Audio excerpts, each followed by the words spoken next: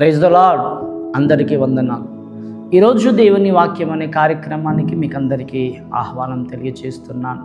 నేటి దిన మూల వాక్యము మత్తయి సువార్త 12వ అధ్యాయము 37వ వచన భాగాన్ని చదువుకుందాం. నీ మాటలను బట్టి నీతిమంతుడవని తీర్పు నొందుదువు, నీ మాటలను బట్టియే అపరాధివని తీర్పు నొందుదువు. చూడండి ప్రియులారా, చదివిన లేఖన భాగంలో మనం గమనించినట్లయితే దేవుని యొక్క లేఖనం ఇక్కడ మనకు ఒక చక్కటి విషయాన్ని బోధిస్తూ ఉన్నది. ఆ బోధలో హెచ్చరిస్తూ ఉన్నది. చూడండి, ఎందుకనంటే నీవు తీర్పు పొందుతావు, ఆ తీర్పులో నీతిమంతుడని అపరాధి అని తీర్పు పొందుతావు అని వాక్యం సెలవిస్తుంది. చాలామందికి ఉండేటువంటి అవగాహన ఏంటంటే, నేను దొంగతనం చేయట్లేదు, నేను నరహత్య చేయట్లేదు, నేను వ్యభిచారం చేయట్లేదు, నేను ఇలా పెద్ద ఒక నరహత్య చేయట్లేదు, ఇలా పెద్ద నేరములు పాపములు ఏవైతే ఉన్నాయో అవి నేను చేయట్లేదు అనేటువంటి ఆలోచన కలిగి ఉన్నారు. కానీ ఇక్కడ వాక్యం సెలవిస్తున్న మాట ఏమిటంటే, అపరాధివి నీతిమంతుడవు.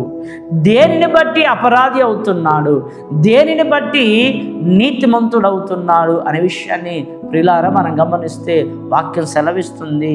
ఈ నోటి మాటను బట్టి అని వాక్యం సెలవిస్తుంది. ఈ నోటి మాటను బట్టి కూడా తీర్పు జరుగుతుందని వాక్యం సెలవిస్తుంది. ప్రియులారా, లేఖన భాగంలో మనం గమనిస్తే ఇదే అధ్యాయములో చూడండి 34వ వచన భాగాన్ని చదువుకుందాం. సర్ప సంతానమా, మీరు చెడ్డవారయుండి ఎలాగ మంచి మాటలు పలకగలరు? హృదయమందు నిండి ఉండి దానిని బట్టి నోరు మాటలాడును గదా అనేటువంటి విషయాన్ని ఇక్కడ లేఖనాల్లో మనం చూస్తున్నాం. ఆ విధంగానే 36వ వచనం కూడా చదువుతున్నాను. చూడండి, నేను మీతో చెప్పున్నది ఏమనగా, మనుషులు పలుకు వ్యర్థమైన ప్రతి మాటను గుర్చియు విమర్శ దినమున లెక్క అప్పచెప్పవలసి ఉండును. చూడండి ప్రియులారా, విమర్శ దినమున లెక్క చెప్పవలసి ఉండును.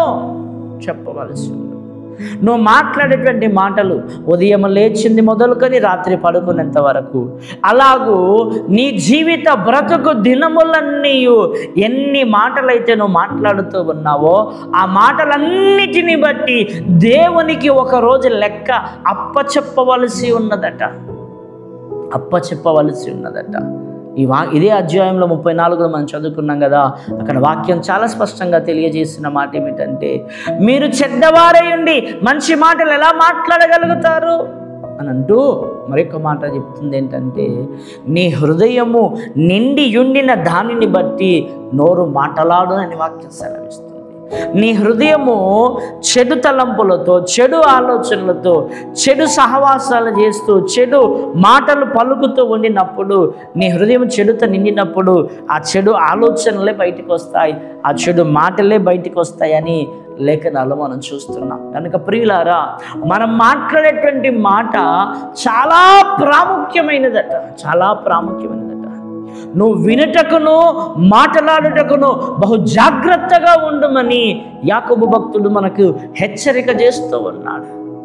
వినుటకు వేగిరపడుము, మాట్లాడుటకు నిదానించుము. మాట్లాడుటకును నిదానించకుండా ఏది పడితే అది మాట్లాడేవని అనుకోండి ప్రియులారా, ఆ మాటలకు మనము మూల్యము చెల్లించుకోవాల్సి వస్తుందనే విషయాన్ని దేవుని యొక్క లేఖనాల్లో ఇక్కడ మనం చాలా స్పష్టంగా చూడగలుగుతున్నాం. 37వ వచనంలో నేను వాక్యం అంటుంది కదా, నీ మాటను బట్టియే అపరాధివని, నీ మాటను బట్టియే నీతిమంతుడవని తీర్పు నొందుదు అని వాక్యం సెలవిస్తుంది. చూడండి, 2వ తిమోతి 2:16, అపవిత్రమైన వట్టి మాటలకు విముఖుడవై ఉండుము, అట్టి మాటలాడువారు మరీ ఎక్కువగా భక్తిహీనులైపోతారు అని వాక్యం సెలవిస్తుంది. చూడండి ప్రియులారా, అపవిత్రమైన మాటలు, వట్టి మాటలు, రకరకాలుగా ఏవేవో నోటికి వచ్చినట్టు మాట్లాడుతూ ఉంటాం. ఎదుటి వాళ్ళతో మాట్లాడుతున్నాం, వాళ్ళతో మాట్లాడుతున్నాం, బంధువులతో వాళ్ళు చెప్పేవన్నీ వింటూ ఉన్నాం, రిప్లై ఇస్తున్నాం. కానీ మనం అది విన్నది వాస్తవమే రిప్లై ఇస్తున్నావా? నువ్వు వినే మాటలు అది నిజమా అబద్ధమా? అవతల వాళ్ళు చెప్పారు, నువ్వు విన్నావు, మాట్లాడుతున్నావు, అది నిజమేనా? అది వాస్తవమేనా? అది కరెక్టేనా? చూడండి ప్రియులారా, ఆ మాటలను బట్టి మనం ముందుకు వెళ్ళినప్పుడు దోషులం అవుతాం. ఆ మాటలను బట్టి మనం ముందుకెళ్ళినప్పుడు మనము అనేక విధాలుగా నష్టపోవాల్సి వస్తుంది. చూడండి ప్రియులారా, వాక్యం సెలవిస్తుంది, నువ్వు భక్తిహీనుడవైపోతావు అనట. ఎందుకంటే నీ నోట్ల నుంచి వచ్చేటువంటి మాటలను బట్టి నీ ఆత్మీయ స్థితి ఆధారపడి ఉన్నదని దేవుని లేఖనాలు మనకి ఇక్కడ చాలా స్పష్టంగా తెలియచేస్తున్నాయి. చూడండి, అపవిత్రమైనటువంటి వట్టి మాటలట. ఈ మాటల గురించి కనుక ప్రియులారా మనం గమనిస్తే పరిశుద్ధ గ్రంథంలో అనేకమైనటువంటి విషయాలు మనకు వ్రాయబడి ఉన్నాయి. చూడండి ప్రియులారా, ఈ మాటలట కత్తిపోటు లాంటి మాటలు ఉన్నాయట. ఇవి మాటలు ద్వేషముతో ఉన్నాయట, పగతో ఉన్నాయట, కోపముతో ఉన్నాయట, అసూయతో ఉన్నాయట. ఈ మాటలు ఎత్తి పొడిచే మాటలు కూడా ఉన్నాయట. కొంతమందిని మాట్లాడుతున్నప్పుడు ఎత్తి పొడుస్తూ ఉంటారట. కొంతమందిని మాట్లాడుతున్నప్పుడు కొన్ని విషయాలలో ఎదుటివారిని గాయపరుస్తూ ఉంటారట, ఎదుటివారిని దూషిస్తూ ఉంటారట, ఎదుటివారిని అవమానపరుస్తూ ఉంటారట. దేనిని బట్టి? మన మాటలను బట్టి ఎగతాళి చేస్తూ ఉంటారట, అవమానపరుస్తూ ఉంటారట. ఇలా మనం చెప్పుకుంటూ పోతే పరిశుద్ధ గ్రంథంలో ఎన్నో మాటలు ఉన్నాయి, మూర్ఖపు మాటలు కూడా ఉన్నాయి. చూడండి ప్రియులారా, ఇలాంటి మాటలన్నీ కూడా పాపపుతో సమానమని వాక్యం సెలవిస్తుంది. పాపపు జీవితముతో సమానమని వాక్యం సెలవిస్తున్నది. దేవుని వాక్యం సెలవిస్తుంది. మనం చదువుకున్నటువంటి మాటల్లో 2:16 తిమోతి 2:16 అపవిత్రమైన వట్టి మాటలకు విముఖుడవై ఉండుమని లేఖనాలు మనం చూస్తున్నాం. అపవిత్రమైన మాటలు, వట్టి మాటలు, మోసపూరితమైన మాటలు, అబద్ధపు మాటలు, ఇలాంటివి ఎన్నో ఉన్నాయి ప్రియులారా, ఇలాంటివి ఎన్నో ఉన్నాయి. వాటిలో నువ్వు మాట్లాడేటువంటి ప్రతి మాటకు ఎదుటివారి విషయంలో ఏది మాట్లాడుతున్నావో అది దేవుని దగ్గర మనము లెక్కప్పజెప్పవలసిన వారమై ఉన్నాం. ఎందుకలా దూషించావు? ఎందుకలా మాట్లాడావు? ఎందుకలా హేళన చేసావు? ఎందుకలా గాయపరచావు? ఎందుకలా అబద్ధమాడావు? ఎందుకలా నీచంగా అతన్ని తృణీకరించావు? ఈ మాటలన్నీ కూడా ఏం చేయాలట? మనం దేవుని దగ్గర లెక్కప్ప చెప్పుకోవాలట. నీ నోట్ల నుంచి రకరకాల బూతులు, నీ నోట్ల నుంచి రకరకాల సరసోక్తులు, నీ నోట్ల నుంచి రకరకాల విపరీతమైనటువంటి వాదములు, అన్యాయముతో అక్రమంతో కూడినటువంటివి, ఇవి ఏవేవైతే వస్తున్నాయో ప్రియులారా, అవన్నీ కూడా మన జీవితాన్ని, మన బ్రతుకులను ఏం చేస్తాయి? నాశనం చేస్తాయనే విషయాన్ని దేవుని యొక్క లేఖనాలు ఇక్కడ మనం చాలా స్పష్టంగా చూడగలుగుతున్నాం. చూడండి ప్రియులారా, యాకోబు పత్రికలో ఓ విషయాన్ని మనం చూస్తాం. యాకోబు పత్రిక 3వ అధ్యాయము 2వ వచనాన్ని చూద్దాం. అనేక విషయాలలో మనమందరము తప్పిపోవచ్చున్నాము. ఎవడైనను మాట యందు తప్పిన ఎడల అటివాడు లోపము లేనివాడై తన సర్వ శరీరమును స్వాధీనపరచుకొన శక్తి గలవాడగును. అటివాడు లోపము లేనివాడై మాట యందు తప్పని ఎడల అనేక విషయాలు మనమందరము తప్పిపోవచ్చున్నాము. అనేక విషయాలు తప్పిపోతున్నాం. దాంట్లో మాటల్లో కూడా తప్పిపోతుంటామంట. చూడండి ప్రియులారా, వేరే విషయాలు నేను చెప్పాను కానీ ఒక విషయం నేను మాట విషయంలో నేను చెప్తూ ఉన్నాను. దేవునితో మనం మాట్లాడుతూ ఉంటాం, దేవునితో మనము గడుపుతూ ఉంటాం. అనేక సందర్భాల్లో మనం మాట్లాడుతూ గడుపుతూ ఉన్నప్పుడు దేవునితో మాట్లాడుతూ అంటాం, ప్రభువా ఈ రోజు నుంచి, ఈ దినము నుంచి, ఈ క్షణము నుంచి, ఈ వర్తమానం విన్న తర్వాత, ఈ తీర్మాన దినము నుంచి, ఈ నూతన సంవత్సరం నుంచి, ఈ వాగ్దానం తీసుకున్న తర్వాత ఇలా దేవునితో మనం ఆరంభించి ఇక నా బ్రతుకును మార్చుకుంటున్నాను, నా జీవితాన్ని మార్చుకుంటున్నాను, నా తలంపులు మార్చుకుంటున్నాను, నా ఆలోచనలు మార్చుకుంటున్నాను, నా నడవడికను మార్చుకుంటున్నానని ఇలా అనేక విషయాలలో మనం ప్రమాణం చేసి ప్రమాణపూర్వకంగా ప్రార్థనలు చేస్తూ ఉంటాం.